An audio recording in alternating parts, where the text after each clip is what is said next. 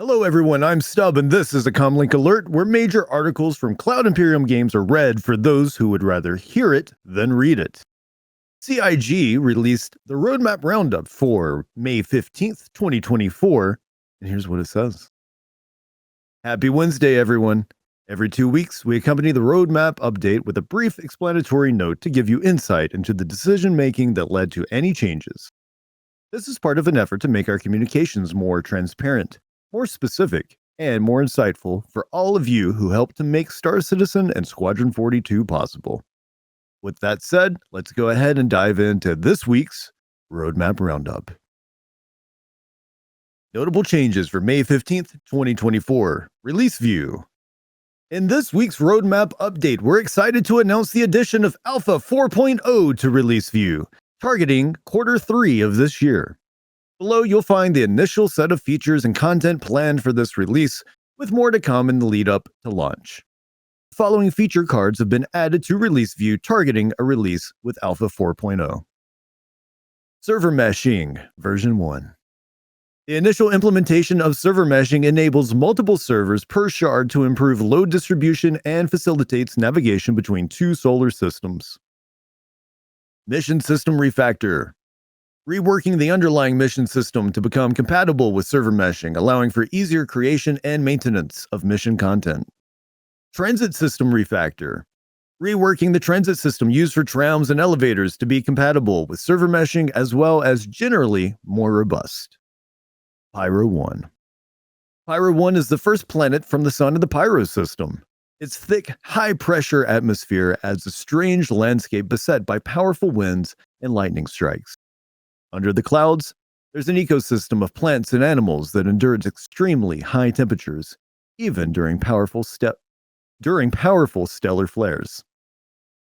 PYRO 2, Monox, is the second planet from the sun of the PYRO system, nicknamed Monox for the deadly carbon monoxide in its atmosphere. It has a temperate climate and was seen as a viable candidate for terraforming shortly after its discovery. However, its proximity to the system's volatile sun made it dangerous for human habitation, and the United Nations of Earth refused to clear it for terraformation, instead allowing corporations to harvest its natural resources. Undeterred by the potential risk, outlaws eventually took up residence on the planet when the last corporations pulled out of PYRO in the 26th century. PYRO 3, Bloom. Bloom is the third planet from the sun of the PYRO system. Cold, but naturally habitable, it became the epicenter of mining endeavors in PYRO. Pyrotechnic, Amalgamated, and other corporations constructed multiple staging sites, employees' barracks, and processing centers that were in use until the cost of their maintenance could no longer be offset by mining profits. Abandoned when the last active corporations in PYRO ceased operations there in the late 26th century, they were claimed by squatters, outlaws, and former miners who lacked the means to return to the United Empire of Earth. PYRO 4. PYRO 4 is the outermost moon of PYRO 5, and the astronomers theorized that it was once the fourth planet from the sun of the PYRO system. At some point before humans discovered PYRO, a massive celestial body collided with PYRO 4, catastrophically warping its landscape, destroying its atmosphere, and knocking it into the orbit of nearby gas giant PYRO 5. Although the tectonic activity that resulted from this impact has quieted and a new atmosphere has formed, PYRO 4 is far from stable. It is on a long, slow collision course with PYRO 5, and will one day either crash into it or break up into a ring. PYRO 5. PYRO 5 is the fourth planet from the sun of the PYRO system. It was given the classification of PYRO 5 when researchers came across strong evidence that its outermost moon once maintained a stable orbit around the system's star between PYRO 3 and PYRO 5. When it was struck by an unknown celestial body, it was knocked into PYRO 5's gravitational sphere of influence. Residents of and travelers through the PYRO system are known to harvest hydrogen from PYRO 5's green and yellow atmosphere. PYRO 6, Terminus. Terminus is the outermost world of the PYRO system. Its nitrogen-oxygen atmosphere is technically breathable, but contains high enough amounts of methane and carbon dioxide that it has a negative effect on one's health after extended exposure. Pyrotechnic Amalgamated placed their main hub of operations in orbit around Terminus, later abandoning the station when they left the system. Ignis. Ignis is the innermost moon of the gas giant PYRO 5 PYRO system. The multiple canyons and dry riverbeds on its surface suggest that liquid water once flowed there in the distant past. Its frigid average temperature and deadly atmosphere of sulfur dioxide creates an unfriendly environment for those who lack proper protective equipment. Nonetheless, the moon sometimes sees visitors seeking to resupply their air reserves thanks to the small amount of oxygen in the atmosphere. Vatra. Vatra is the second moon from the gas giant PYRO 5 PYRO system. Its thick, high-pressure atmosphere of nitrogen and methane supports an ecosystem of plants that subsist on hydrocarbons instead of carbon dioxide. Some water is present on Vatra in the form of ice, but it is too cold on the surface for it to exist in a liquid state. Adir. Adir is the third moon from the gas giant PYRO 5 PYRO system. Jagged mountains and rocky hills dominate its crater-ridden landscape. Because it lacks a protective atmosphere that would otherwise break apart most approaching celestial objects, its surface sees frequent impacts. The air is permeated with fine particles of dust that are generated during these events. PYRO. PYRO is the fourth moon from the gas giant PYRO 5 PYRO system. A hotbed of seismic activity, PYRO experiences frequent earthquakes that disturb its deep oceans of brackish water. The moon has an unusual ecosystem that thrives both on the surface and under the sea, supported by the carbon dioxide and nitrogen in PYRO's dense atmosphere. Fuego. Fuego is the fifth moon from the gas giant PYRO 5 PYRO system. Relatively temperate but still cold, it has a mostly carbon dioxide atmosphere with small percentages of nitrogen, sulfur dioxide, and oxygen. High amounts of iron sulfide in its soil gives its surface a yellow and black appearance. Infamous smuggler group headhunters often utilize Fuego as a stash point for goods during their nascent years in the early 2600s. Ver. Ver is the sixth moon from the gas giant PYRO 5 PYRO system.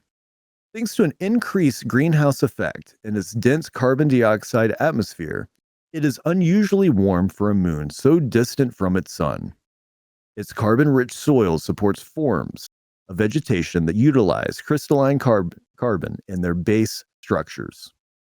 Before the system was overtaken by outlaws in the early 27th century, these plants were a popular subject of research among botanists.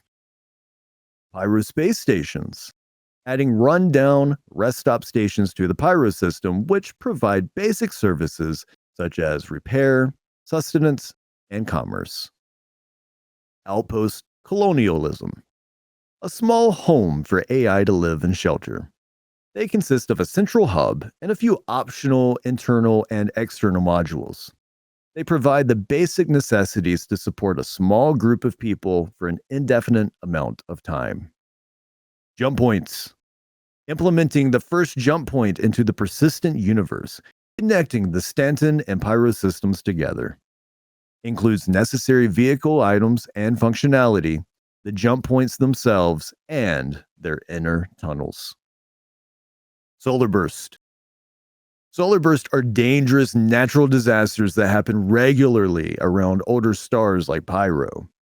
In these instances, the sun erupts with a high-energy particle wave generated from its surface traveling at 15% the speed of light through the entire star system. This dangerous high-energy particle wave can be avoided by hiding behind other objects that are big enough. Life support. Implementing the first iteration of onboard life support systems in ships, which entails a ship component that generates breathable gas when turned on. and management of said life support component within the vehicle loadout manager. Engineering allows players to manage, maintain, and repair various ship systems. Players can assume different roles that each provide a unique gameplay loop. With engineering gameplay, players have to contend with item degradation, malfunctions, and power management. Charge/drain. Adding the ability for players to drain, store, and charge objects with power using the multi-tool includes the ability to overcharge objects and also remove distortion damage. Multi-tool updates. Raising the multi-tool up to the standard from Squadron 42, with additional functionality like cutting for specific scenarios, repair, and updates like improved handling, integrated UI, and the use of batteries to operate it. Fire hazard. Implementing the fire hazard system, which tracks fire and temperature on static and dynamic objects. For the initial release, fire will be set up on a few select vehicles. Fire extinguisher. All tasks required to implement functioning fire extinguishers in-game. This feature will work alongside the fire hazard system. MFD rework and new displays. Rebuilding ship multifunction displays and building blocks, including new design, functionality, and customization options. This update also includes a select number of updated ship HUDs, giving greater visibility as well as a manufacturer-based visual overhaul. Quasi-grazer. These large, warm-blooded herd animals were originally discovered on the vast plains of Quasi on Terra. Most notable for their unusual method of carrying their eggs on their underside, the quasi-grazer has become one of the standard seed animals, and they can be commonly found on most terraformed planets in the UEE. Additional player customization. Following the release of the new character customizer in Alpha 3.23, this update adds additional hair and facial hair options as well as face piercings. RSI Zeus Mark II ES. Building, balancing, and implementing RSI's small multi-crew ship, the Zeus Mark II ES, into the game. The following cards have been added to Release View, released in Alpha 3.23.0. Mirai Pulse. Building, balancing, and implementing Mirai's hoverbike, the Pulse, into the game. Mirai Pulse LX. Building, balancing, and implementing Mirai's racing bike, the Pulse LX, into the game. The following cards have passed their final review for Alpha 3.23.1. Therefore, we are toggling their status to committed. Aegis Retaliator Gold Standard. Updating the Aegis Retaliator to Gold Standard, including the introduction of modular rooms. The torpedo and cargo rooms will be available in this initial release, with more to come in the future. Vehicle Modularity. Implementing the ability to swap modular sections of certain vehicles to change their function. This initial release contains the torpedo and cargo room modules for the Aegis Retaliator, with additional modules and vehicles to be added in the future. That's all for this week. No progress tracker updates this week as work continues on long-term planning. For further insights into the planning efforts of our production team, we invite you to review the latest letter from the chairman. Join the discussion on Spectrum and check out the Roadmap Companion Guide for more information on the Star Citizen public roadmap. And that's it for the Roadmap Roundup. Don't forget that the CommLink Podcast releases new episodes on an almost weekly basis, featuring discussions about Star Citizen and Squadron 42. We've got a new episode coming your way this week. The CommLink Podcast can be found on both YouTube and Spotify. In addition to the podcast, be sure to also check out our Star Citizen and Squadron 42 reaction videos on our YouTube channel. You can follow CommLink on Twitter and Instagram. The username for both platforms is @CommLinkPod. We're currently running a giveaway for Cutter Rambler with LTI. Check out our Twitter page for more details pinned at the top. And if you enjoyed today's alerts, like this video and subscribe to the channel for more. Until next time, thank you for everyone for tuning in. Stay safe and be well.